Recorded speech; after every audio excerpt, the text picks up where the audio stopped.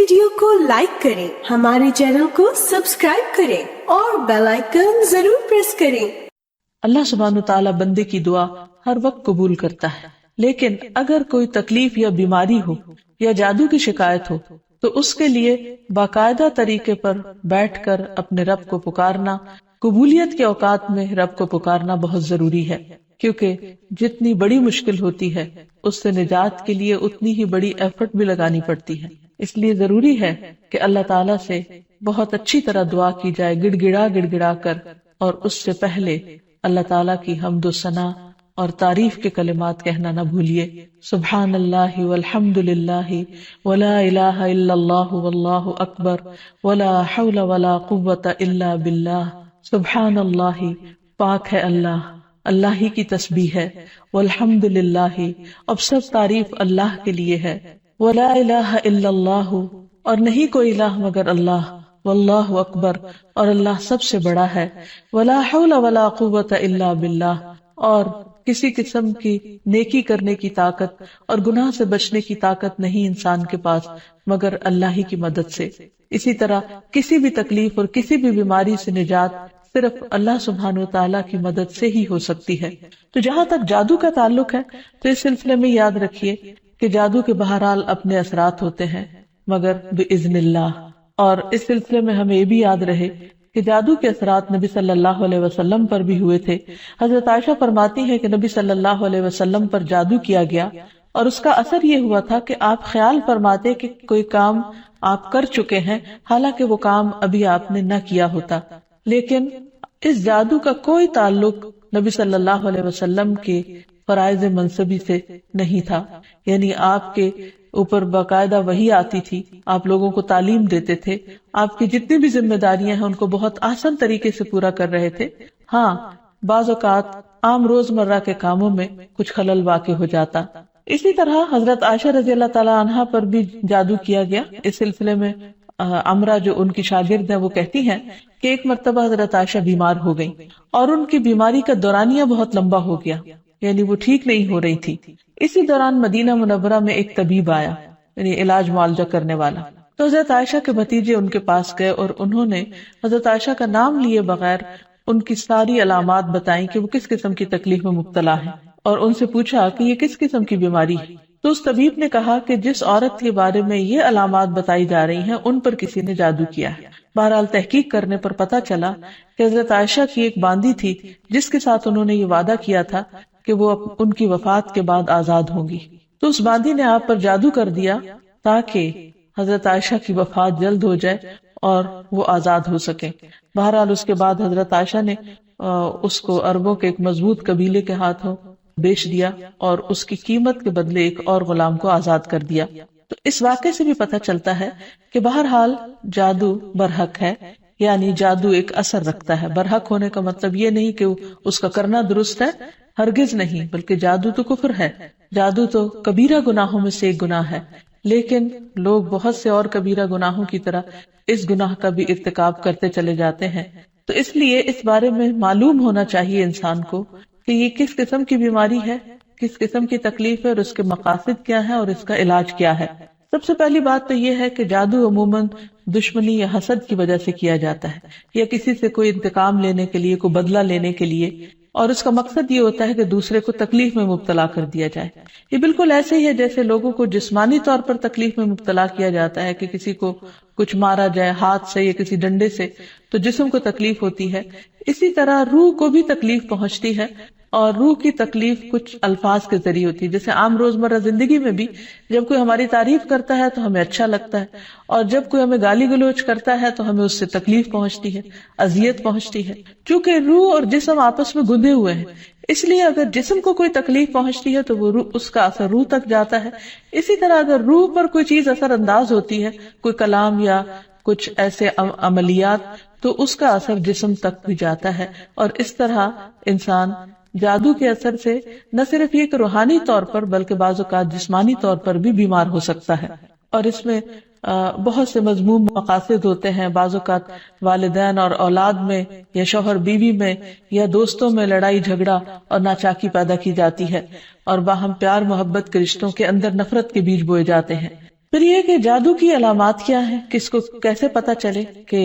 جادو ہوا ہے یا نہیں، تو اس میں یہ ہے کہ انسان کی ان یوزول سی کنڈیشن ہو جاتی ہے، یعنی انسان اسی روٹین میں زندگی بسر کر رہا ہے، وہی صبح اٹھنا، کھانا پینا، روزمرہ کے معمولات، لیکن کسی چیز میں دل نہیں لگتا، طبیعت بیزار ہونے لگتی ہے. اور یہ نہیں کہ یہ ایک دن کے لیے، 2 دن کے لیے، کیونکہ ایسا تو ہر ایک کے ساتھ ہو ہی جاتا ہے. ایک لمبے عرصے کے لیے کیفیات تبدیل ہونے لگتی ہیں، سستی یا گھبراہٹ طاری ہو جاتی ہے، ذہنی انتشار یعنی کسی چیز پر کنسنٹریشن کا نہ رہنا، حد سے زیادہ چڑچڑا پن، بعض اوقات عبادات میں بالکل دل نہ لگنا، اور بغیر کسی ظاہری بیماری کے یا بغیر کسی ظاہری جسمانی بیماری کے انسان کے اندر بیماری کی کیفیت محسوس ہوتے رہنا. بعض اوقات ڈراؤنے خواب آتے ہیں، کبھی خون کے چھینٹے اور کچھ غیر معمولی قسم کی چیزیں گھروں میں دیکھی جاتی ہیں. بعض اوقات خاوند بیوی ایک دوسرے سے نفرت کرنے لگتے ہیں، ان میں جدائی تک ہو جاتی ہے. لیکن اس کا یہ مطلب نہیں کہ ان علامات میں سے کوئی ایک علامت کسی وقت انسان کے اندر پائی جائے تو انسان فوراً شک کرے کہ مجھ پر جادو کر دیا گیا. کیونکہ آج کل یہ وبا بھی بہت عام ہو چکی ہے کہ ہر دوسرا شخص اس فہم میں گرفتار ہے کہ اس پر کسی نے کچھ کر دیا ہے. یہ ضروری نہیں ہوتا کہ ہر وقت ایسی علامات کسی کے کچھ کیے سے ہی ہوں. ویسے بھی انسان ہے، کبھی تھک جاتا ہے، کبھی غذا میں کوئی تبدیلی ہو جاتی ہے، کبھی ویسے بھی انسان کا دل اللہ کے ہاتھ میں ہے، جس طرف چاہے اس کو پھیر دے. تو انسان کی طبیعت میں ایک ملال سا اور ایک سستی، ایک بے چینی سی پائی جاتی ہے. تو ان سب چیزوں کا تعلق ضروری نہیں کہ جادو سے ہی ہو، لیکن اگر جادو ہو تو یہ علامات انسان میں دکھائی دیتی ہیں. اب اگر کسی کے اندر ایسی چیزیں ہیں اور علاج کے باوجود، جسمانی علاج کے باوجود شفا نہیں ہو رہی، تو اس کے لیے ضروری ہے کہ انسان پھر روحانی علاج بھی کرے. روحانی علاج کے لیے ضروری نہیں کہ کسی بابے کے پاس یا کسی مذہبی بزرگ کے پاس ہی انسان جائے. انسان خود بھی اللہ سبحانہ وتعالیٰ کا کلام پڑھ سکتا ہے اور پورے یقین اور ایمان کے ساتھ، اور اس سے انسان کو شفا ہو سکتی ہے. کیونکہ کسی انسان کے ہاتھ میں کوئی طاقت نہیں، اصل طاقت اللہ کے کلام میں ہے، جس کو پورے یقین اور ایمان کے ساتھ پڑھنا چاہیے. بہرحال اس سے پہلے کہ انسان کسی ایسے جادو کا شکار ہو، کچھ حفاظتی تدابیر بتائی گئی ہیں. جیسے جسمانی بیماریوں سے بچنے کے لیے حفاظتی تدابیر بتائی جاتی ہیں، ایسے ہی روحانی بیماریوں سے بچنے کے لیے بھی حفاظتی تدابیر ہیں. اس میں سب سے پہلے تو یہ کہ انسان پاک صاف رہے، طہارت اور وضو کا اہتمام کرے، عبادات کی پابندی کرے، کیونکہ شیاطین ایسے شخص پر اثر انداز نہیں ہو سکتے کہ جو اللہ سبحانہ تعالیٰ کے ساتھ مضبوط تعلق رکھتے ہیں. عبداللہ بیان کرتے ہیں کہ نبی صلی اللہ علیہ وسلم کے سامنے ایک شخص کا ذکر کیا گیا کہ وہ صبح تک پڑا سوتا رہا اور نماز کے لیے بھی نہیں اٹھا. تو آپ نے فرمایا شیطان نے اس کے کان میں پیشاب کر دیا، یعنی اپنی نجاست بھر دی. تو اس سے یہ پتہ چلتا ہے کہ ایسے لوگوں پر جو فرائض سے غفلت برتتے ہیں وہ زیادہ ایسی بیماریوں کا شکار ہوتے ہیں. اسی طرح عبادات کی پابندی بہت ضروری ہے، کیونکہ جب انسان اللہ تعالیٰ کے آگے جھکتا ہے، اللہ تعالیٰ کے ساتھ اس کا تعلق مضبوط ہوتا ہے، تو نہ تو وہ توہمات کا شکار ہوتا ہے اور نہ ہی وہ جادو اور مختلف چیزوں کا شکار ہوتا ہے، یعنی شیطانی اثرات اس پر کم سے کم ہوتے ہیں. اسی لیے نبی صلی اللہ علیہ وسلم کے سامنے جب ذکر کیا گیا کہ ایک شخص صبح تک پڑا سوتا رہا اور نماز کے لیے بھی نہیں اٹھا، تو اس پر آپ نے فرمایا کہ شیطان نے اس کے کان میں پیشاب کر دیا ہے، یعنی اپنی نجاست اس میں ڈال دی ہے. تو جو شخص شیطانی نجاست کے اثر میں ہو، پھر وہ سب سے بڑی بیماری اس کو لاحق ہو جاتی ہے، چاہے اس کو جادو کہیں یا کچھ اور. لیکن حقیقت یہ ہے کہ انسان جب اللہ کا اطاعت گزار بنتا ہے، رب کا فرما بردار بنتا ہے، تو شیطان اس کو اپنے کنٹرول میں نہیں لے سکتا. کیونکہ اللہ تعالیٰ فرماتے ہیں ان عبادی لیس لک علیہم سلطان، میرے بندے تیرا ان پر کوئی زور نہیں چلتا، کوئی زور نہیں چل سکے گا. ایک اور جگہ پر فرمایا الا عبادک المخلصین، مگر تیرے چنے ہوئے بندے. تو ہمیں ایسے بندوں میں شامل ہو جانا چاہیے جو اللہ کے محبوب ہیں، اللہ کے چنے ہوئے ہیں، اور اس کے لیے اللہ تعالیٰ نے جو ہمیں احکامات دیے ہیں، جو طریقے سکھائے ہیں، ان کے مطابق زندگی بسر کی جائے. پھر اسی طرح یہ ہے کہ کثرت سے اللہ تعالیٰ کا ذکر کیا جائے، خصوصاً استغفار، کیونکہ بہت سی تکلیفیں انسان کے اپنے ہی گناہوں کی وجہ سے آتی ہیں. جیسے آتا ہے ما اصابکم من مصیبت فبما کسبت ایدیکم، جو بھی مصیبت تم کو پہنچی وہ تمہارے اپنے ہاتھوں کی کمائی کی وجہ سے تھی. پھر اسی طرح اپنے گھروں کو تصاویر اور مجسموں سے پاک کرنا چاہیے، کیونکہ رسول اللہ صلی اللہ علیہ وسلم نے فرمایا فرشتے اس گھر میں داخل نہیں ہوتے جہاں کتا اور تصویر ہوتا ہے. پھر حفاظتی تدابیر میں سے یہ بھی ہے کہ انسان اپنے کھانے پینے کی عادات کو درست کرے، اور اس میں خصوصاً نبی صلی اللہ علیہ وسلم نے صبح کے وقت اجوا کھجور کھانے کا حکم دیا۔ آپ نے فرمایا جو شخص صبح کے وقت 7 کھجوریں کھائے گا یعنی اجوا، اس روز جادو اور زہر سے بچا رہے گا، یعنی اس کے اندر اتنی امیونٹی پیدا ہو جاتی ہے کہ پھر برے اثرات، زہریلے اثرات اس کو نقصان نہیں دے سکتے۔ پھر اسی طرح مختلف مواقع پر مسنون اذکار کا اہتمام کرنا، مثلاً بیت الخلاء جاتے وقت نبی صلی اللہ علیہ وسلم نے سکھایا اللہم انی اعوذ بک من الخبث والخبائث، اے اللہ بے شک میں ناپاک جنوں اور جننیوں سے تیری پناہ چاہتا ہوں، کیونکہ جادو میں بھی عموماً جنات کو استعمال کیا جاتا ہے اور وہ گندی جگہوں پر رہنا پسند کرتے ہیں، اسی لیے جب کوئی بیت الخلاء جائے تو یہ دعا پڑھ لے تو انشاءاللہ اس سے ان کے شر سے محفوظ رہے گا۔ پھر اسی طرح آپ نے فرمایا جنوں کی آنکھوں اور بنی آدم کی شرم گاہوں کا پردہ یہ ہے کہ جب کوئی بیت الخلاء جائے تو بسم اللہ پڑھ لے تو کوئی بھی اس کو پھر دیکھ نہیں سکتا۔ پھر اسی طرح شوہر بیوی کے خاص تعلق میں بھی دعا سکھائی گئی، بسم اللہ اللہم جنبنا الشیطان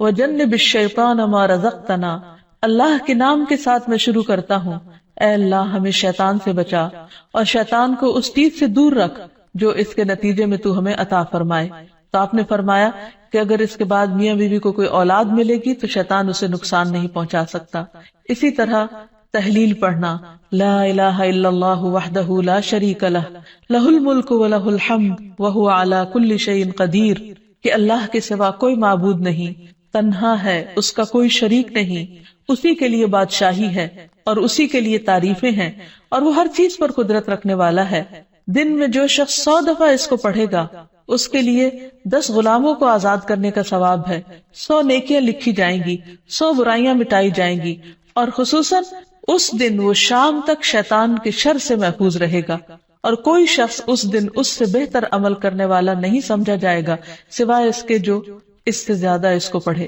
پھر اسی طرح انسان ہر معاملے میں جہاں بھی انسان کو مشکل ہو اللہ تعالیٰ کی پناہ میں اپنے آپ کو دے۔ تو خلاصہ کلام یہ ہے کہ انسان اپنے آپ کو مختلف طرح کے توہمات سے بھی بچائے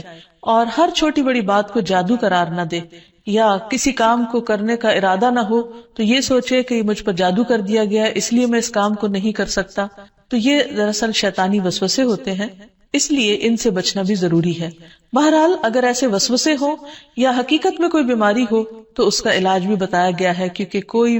بیماری ایسی نہیں کہ جو قابل علاج نہ ہو۔ رسول اللہ صلی اللہ علیہ وسلم نے فرمایا ہر بیماری کے لیے دوا ہے، جب کسی مریض کو صحیح طریقے پر بیماری کی دوا پہنچتی ہے تو وہ اللہ تعالیٰ کے حکم سے درست ہو جاتا ہے۔ اسی طرح جادو بھی ایک بیماری ہے اور اس بیماری کا علاج بھی قرآن و سنت میں موجود ہے۔ اس کے لیے سب سے پہلے تو یہ پتہ لگانے کی ضرورت ہے کہ کیا واقعی جادو ہے بھی یا نہیں، اور اس میں ہم دیکھتے ہیں کہ نبی صلی اللہ علیہ وسلم کو خواب کے ذریعے دکھایا گیا تھا کہ ان پر جو جادو کیا گیا ہے وہ کہاں پر دبایا گیا ہے، تو آپ نے اس کو نکلوایا تھا۔ لیکن ضروری نہیں کہ ہم میں سے ہر ایک کو یہ پتا چل سکے کہ جادو ہے کہاں، اول تو ہو سکتا ہو ہی نہ، صرف توہم ہی ہو، ایک خیال ہی ہو کسی کا، کیونکہ بعض چیزیں انسان جب بار بار سوچتا ہے تو وہ اس کو حقیقت معلوم ہونے لگتی ہے۔ لیکن اگر انسان کو کوئی ایسا خواب آ جائے تو ٹھیک ہے، اور اگر نہیں بھی آتا تو انسان اللہ سبحانہ وتعالیٰ کا ذکر کرتا رہے اور اس کے ذریعے علاج کرے۔ اس میں خاص طور پر شرعی دم جسے رقیہ شرعیہ کہا جاتا ہے، آج کل مختلف قراء کی آواز میں قرآن مجید کی سلیکٹڈ آیات ریکارڈ کر دی گئی ہیں، مریض اس کو بار بار سنتا رہے تو انشاءاللہ اس کا توڑ ہو جائے گا۔ پھر اسی طرح اللہ تعالیٰ کی کتاب سے علاج، کیونکہ قرآن مجید میں آتا ہے وَنُنَزِّلُ مِنَ الْقُرْآنِ مَا هُوَ شِفَاءٌ وَرَحْمَةٌ لِّلْمُؤْمِنِينَ، اور ہم قرآن کے ذریعے سے وہ چیز نازل کرتے ہیں جو مومنوں کے لیے شفا اور رحمت ہے۔ تو قرآن مجید میں جیسے سب سے پہلے سورۃ الفاتحہ پڑھنا، کیونکہ اس کے اندر اللہ تعالیٰ سے مدد مانگی جاتی ہے، ایاک نعبد و ایاک نستعین، صرف تیری ہم عبادت کرتے ہیں اور صرف تجھی سے ہم مدد چاہتے ہیں کہ یا اللہ تو ہماری اس بیماری اور تکلیف کو دور فرما دے۔ پھر اسی طرح آیت الکرسی، کیونکہ جب انسان آیت الکرسی پڑھتا ہے تو اللہ سبحانہ وتعالیٰ کی طرف سے اس کے لیے ایک خاص محافظ مقرر کر دیا جاتا ہے، اور اگر رات کو انسان پڑھ کر سوتا ہے تو صبح تک وہ فرشتہ انسان کی حفاظت کرتا ہے۔ پھر اسی طرح سورۃ البقرہ کا پڑھنا، رسول اللہ صلی اللہ علیہ وسلم نے فرمایا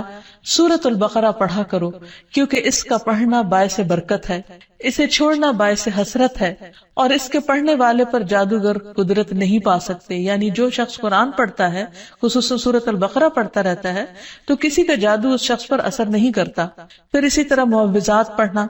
رسول اللہ صلی اللہ علیہ وسلم نے فرمایا صبح اور شام 3 بار معوذات کہہ لو تو یہ تمہاری ہر چیز سے کفایت کریں گی، یعنی سورۃ الاخلاص، قل اعوذ برب الفلق اور قل اعوذ برب الناس۔ اس کے علاوہ بھی مریض قرآن مجید کی تلاوت کثرت کے ساتھ کرتا رہے، اور پھر اگر ہو سکے تو بیری کے پتوں کو پانی میں ملا کر اس پانی سے غسل کر لے، اس کو بھی ایک مؤثر علاج کے طور پر بتایا گیا ہے۔ لیکن اس کے ساتھ ساتھ انسان غیر شرعی طریقوں سے مکمل طور پر پرہیز کرے، کیونکہ اس سے انسان کے ایمان اور عقیدے میں خلل واقع ہو جاتا ہے۔ رسول اللہ صلی اللہ علیہ وسلم نے فرمایا جس نے حرام چیز کے ساتھ علاج کیا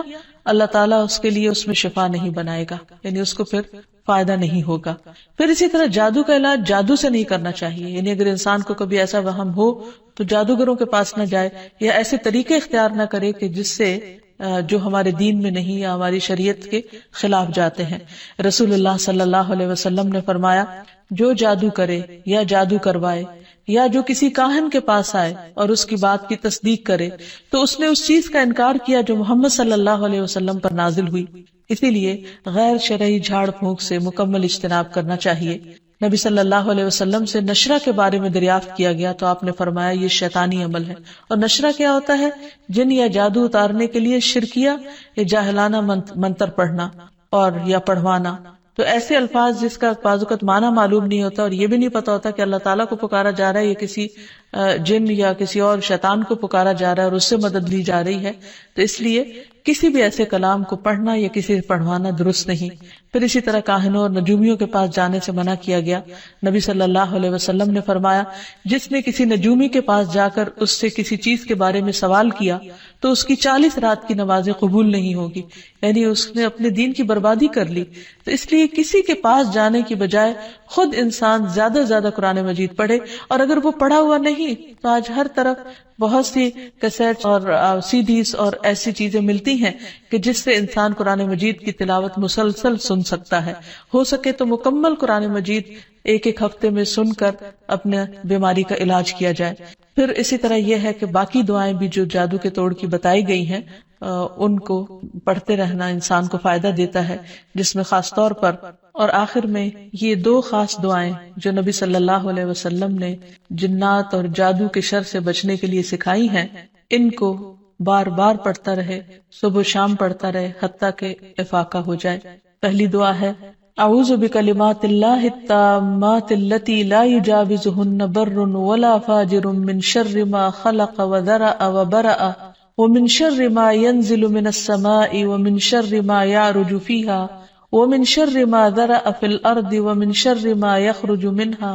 ومن شر فتن الليل والنهار ومن شر كل طارق إلا طارقا يطرق بخير يا رحمن۔ میں اللہ کے کامل کلمات کے ساتھ پناہ چاہتا ہوں جن سے آگے نہ تو کوئی نیک اور نہ ہی کوئی برا شخص بڑھ سکتا ہے، ہر اس چیز کے شر سے جس کو اس نے بنایا، پیدا کیا اور پھیلایا، اور ہر اس چیز کے شر سے جو آسمان سے اترتی ہے، اور ہر اس چیز کے شر سے جو اس میں چڑھتی ہے، اور ہر اس چیز کے شر سے جسے اس نے زمین میں پیدا کیا، اور اس چیز کے شر سے جو اس سے نکلتا ہے، اور رات اور دن کے فتنوں کے شر سے، اور رات کو آنے والے کے شر سے، سوائے اس کے جو خیر کے ساتھ آئے، اے رحم فرمانے والے۔ تو یہ دعا اور ایک اور دعا جو شدید جنات کے حملے سے بچانے والی دعا ہے، جس کے بارے میں کعب الاحبار کہتے ہیں کہ اگر میں یہ چند کلمات نہ پڑھتا تو یہود مجھے گدھا بنا دیتے۔ لوگوں نے پوچھا وہ کلمات کیا ہیں؟ تو کعب نے کہا اعوذ بوجہ اللہ العظیم الذی لیس شیء اعظم منہ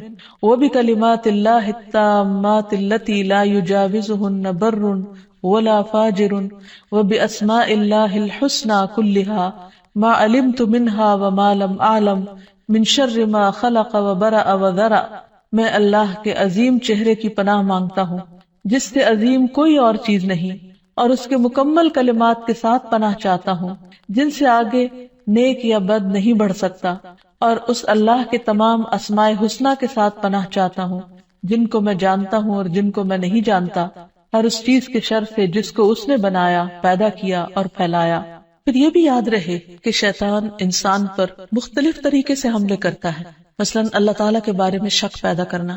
رسول اللہ صلی اللہ علیہ وسلم نے فرمایا، تم میں سے کسی کے پاس شیطان آتا ہے اور تمہارے دل میں پہلے تو یہ سوال پیدا کرتا ہے کہ فلاں چیز کس نے پیدا کی، فلاں چیز کس نے پیدا کی، یہاں تک کہ آخر میں اس بات تک پہنچا دیتا ہے، کہتا ہے کہ خود تمہارے رب کو کس نے پیدا کیا۔ جب کسی شخص کو ایسا وسوسہ ڈالے تو اللہ سے پناہ مانگنی چاہیے اور اس شیطانی خیال کو چھوڑ دینا چاہیے۔ پھر اسی طرح شیطان انسان کو اللہ تعالیٰ کی اطاعت سے روکتا ہے۔ اس نے پہلے ہی دن یہ کہا تھا، قال فبما اغویتنی لاقعدن لهم صراطک المستقیم، کہ ابلیس نے کہا کہ تو نے مجھے گمراہی میں مبتلا کیا، نعوذ باللہ، وہ اللہ تعالیٰ کو بلیم کر رہا ہے، تو اب میں بھی تیری سیدھی راہ پر گھات لگا کر بیٹھوں گا۔ پھر انسانوں کے آگے سے، پیچھے سے، دائیں سے، بائیں سے،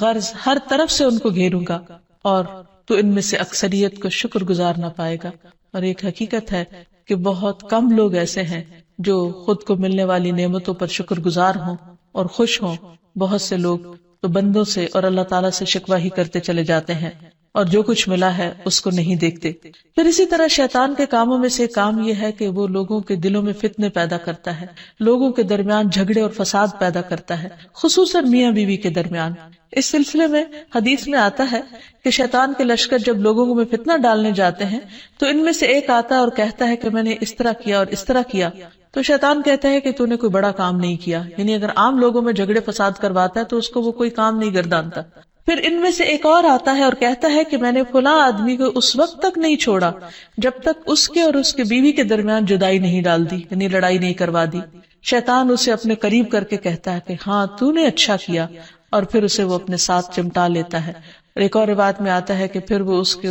سر پر ایک تاج رکھ دیتا ہے کہ تم نے سب سے بڑا کام کیا، کیونکہ حقیقت یہ ہے کہ اگر شوہر بیوی کے درمیان اختلافات ہوں گے، لڑائی جھگڑے ہوں گے، تو گھر کی چولہے ڈھیلی ہو جائے گی، اور جب گھر کے اندر سکون نہیں رہے گا تو پھر اس سے بہت ساری بے پناہ خرابیاں پھوٹیں گی۔ اس لیے شوہر بیوی کے درمیان باہم محبت کا ہونا ایک بہت بڑی نعمت ہے۔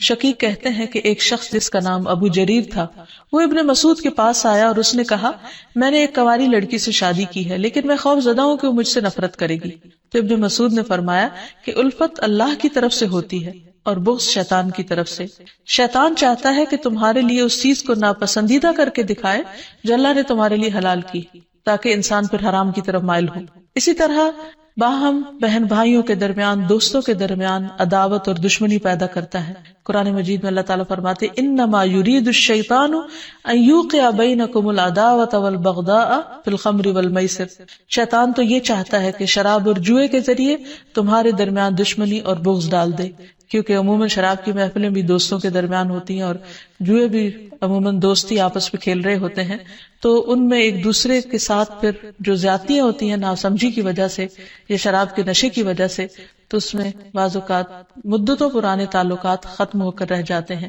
تو یہ بھی شیطانی وار ہوتے ہیں۔ پھر شیطان کا ایک بہت بڑا ہتھیار جو ہر ایک پر چل جاتا ہے وہ ہے غصہ کرنا، کیونکہ غصہ شیطان کی طرف سے ہوتا ہے اور وہ انسانوں کو جلد مشتعل کروا دیتا ہے۔ پھر اسی طرح اللہ کا ذکر بھلوا دینا۔ قرآن مجید میں آتا ہے، استحوذ علیہم الشیطان فانساہم ذکر اللہ اولئک حزب الشیطان الا ان حزب الشیطان هم الخاسرون، شیطان ان پر غالب آ گیا سو اس نے انہیں اللہ کی یاد بھلا دی، یہ لوگ شیطان کا گروہ ہیں، سن لو یقیناً شیطان کا گروہ ہی وہ لوگ ہیں جو خسارہ اٹھانے والے ہیں۔ پھر اسی طرح شیطان کا ایک بہت بڑا وار نماز میں وسوسے ڈالنا ہے۔ اکثر لوگ نماز کے اندر بھول جاتے ہیں اور نماز کے وسوسوں کی شکایت کرتے ہیں اور نماز میں خشوع و خضوع کو سب سے مشکل کام گردانتے ہیں۔ حقیقت یہ ہے کہ نماز میں خشوع و خضوع اور کنسنٹریشن انسان کو جنت الفردوس کا مستحق بناتا ہے، لیکن جب انسان کی نماز خشوع و خضوع سے خالی ہوتی ہے،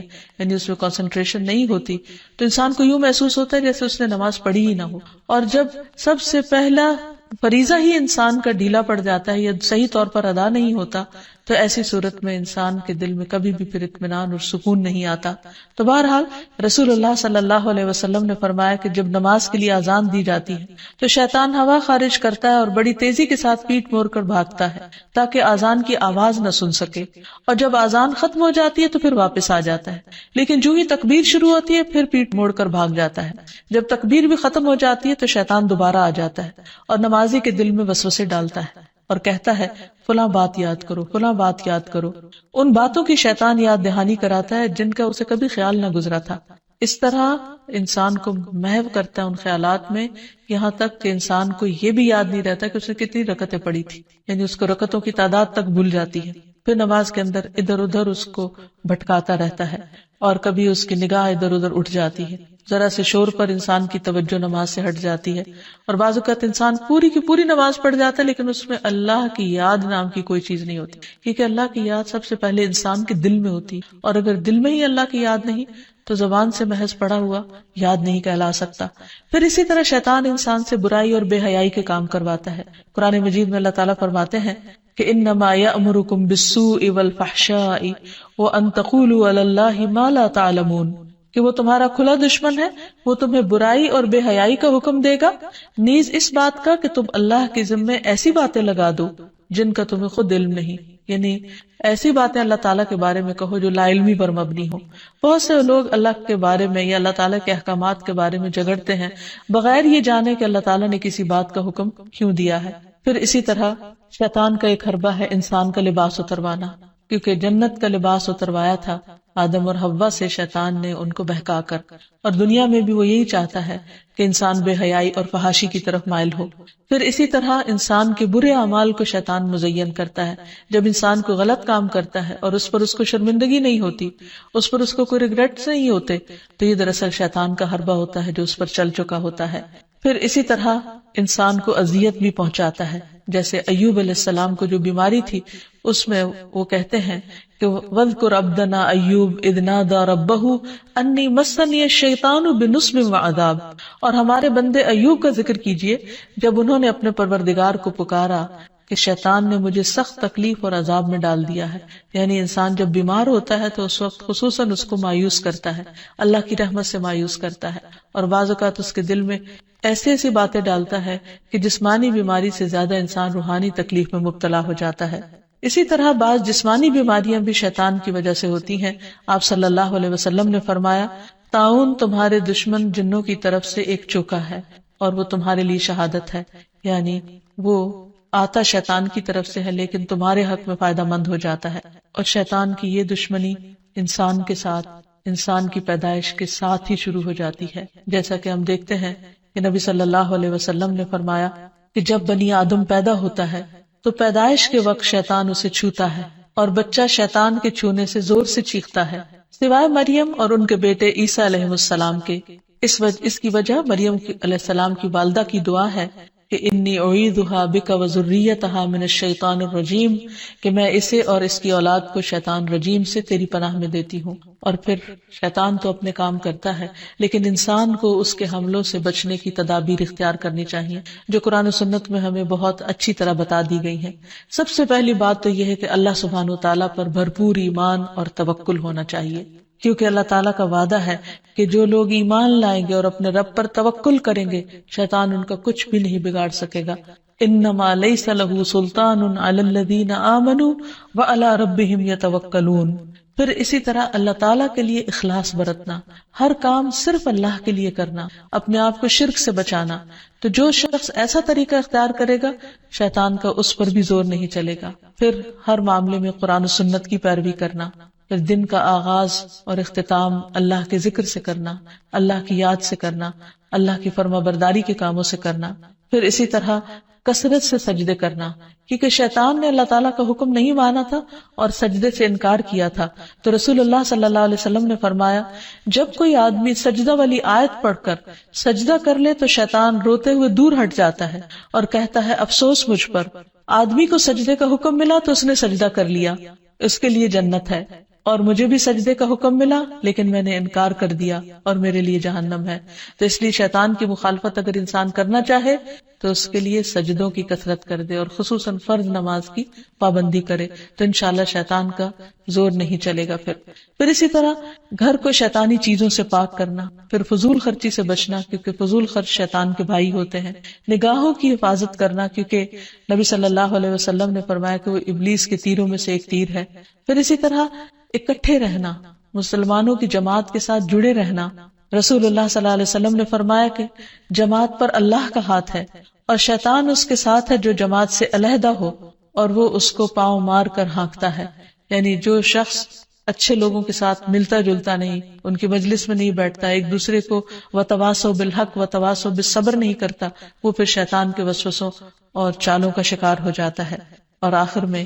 دعائیں، اللہ سبحانہ تعالیٰ نے ہمیں قرآن مجید میں بھی دعائیں سکھائی ہیں اور نبی صلی اللہ علیہ وسلم نے بھی. اس میں سے پہلی دعا ہے رب اعوذ بک من ہمزات الشیاطین واعوذ بک رب ان یحضرون. اے میرے رب، میں شیطان کی اکساہٹوں سے تیری پناہ مانگتا ہوں اور اس بات سے بھی تیری پناہ مانگتا ہوں کہ وہ میرے پاس آئیں. پھر تعوذ پڑھنا، یعنی اعوذ باللہ من الشیطان الرجیم من ہمزہ ونفخہ ونفثہ. میں اللہ کی پناہ چاہتا ہوں شیطان مردود سے کہ مجھ پر کوئی جنون کا اثر ڈالے یا مجھے تکبر پر آمادہ کرے یا شعر و شاعری کی طرف لائے، یعنی جو غلط قسم کی ہے. پھر قرآن مجید پڑھنے سے پہلے اعوذ باللہ من الشیطان الرجیم پڑھنا. پھر اسی طرح برا خواب دیکھنے پر تعوذ پڑھنا. رسول اللہ صلی اللہ علیہ وسلم نے فرمایا نیک خواب اللہ کی طرف سے اور برے خواب شیطان کی طرف سے ہوتے ہیں. بس جو ایسا خواب دیکھے جس میں کوئی ناگوار چیز ہو تو بائیں طرف تھوک دے اور شیطان سے اللہ کی پناہ مانگے. ایسا کرنے سے وہ خواب اس کو کوئی نقصان نہیں دے گا اور کسی کو یہ خواب نہ بتایا جائے. پھر اسی طرح صبح و شام کی دعائیں پڑھے جس میں خصوصی طور پر شیطان کے شر اور شرک سے بچنے کی دعا ہے. اللہم فاطر السماوات والارض عالم الغیب والشہادہ رب کل شیء وملیکہ اشہد ان لا الہ الا انت اعوذ بک من شر نفسی وشر الشیطان وشرکہ. اے اللہ، آسمانوں اور زمین کے پیدا کرنے والے، پوشیدہ اور موجود ہر چیز کے جاننے والے، ہر چیز کے پالنہار اور اس کے مالک، میں گواہی دیتا ہوں کہ تیرے سوا کوئی معبود برحق نہیں. میں تیری ذات کے ذریعے اپنے نفس کے شر سے اور شیطان کے شر سے اور اس کے شرک سے پناہ مانگتا ہوں. آپ نے فرمایا جب صبح کرو اور جب شام کرو اور جب اپنے بستر پر آؤ تو اس دعا کو پڑھ لیا کرو. اسی طرح سب کام بسم اللہ پڑھ کر کرنا، کیونکہ انسان جب بسم اللہ پڑھتا ہے تو اللہ کا نام لیتے ہی شیطان دور بھاگ جاتا ہے. مثلا گھر سے نکلتے وقت بسم اللہ توکلت علی اللہ، سواری پر بیٹھتے ہوئے بسم اللہ پڑھنا. پھر اسی طرح آیت الکرسی پڑھنے سے شیطان سے حفاظت رہتی ہے. پھر صبح و شام کے اذکار میں لا الہ الا اللہ وحدہ لا شریک لہ لہ الملک ولہ الحمد وہو علی کل شیء قدیر. یہ 100 بار پڑھنا، اگر 100 بار نہیں تو کم از کم 10 بار انسان ضرور پڑھ لے. پھر اسی طرح لا الہ الا اللہ وحدہ لا شریک لہ لہ الملک ولہ الحمد یحیی و یمیت وہو علی کل شیء قدیر. جو شخص مغرب کے بعد 10 بار پڑھے گا اللہ تعالیٰ اس کی حفاظت کے لیے اسلحہ بردار فرشتے مقرر کر دیں گے جو اس کی صبح تک شیطان سے حفاظت کریں گے. تو اس لیے ہمیں بھی ان اذکار اور دعاؤں کا اہتمام کرنا چاہیے. اگر زبانی یاد نہ ہو تو دیکھ کر بھی پڑھے جا سکتے ہیں، لیکن حقیقت یہ ہے کہ اللہ کا ذکر ایک مضبوط قلعہ ہے جس میں انسان پناہ لیتا ہے ہر قسم کے شر سے بچنے کے لیے، خصوصاً شیطان کے شر سے. تو اللہ تعالیٰ ہم سب کو اس سے محفوظ رکھے. وآخر دعوانا ان الحمد للہ رب العالمین.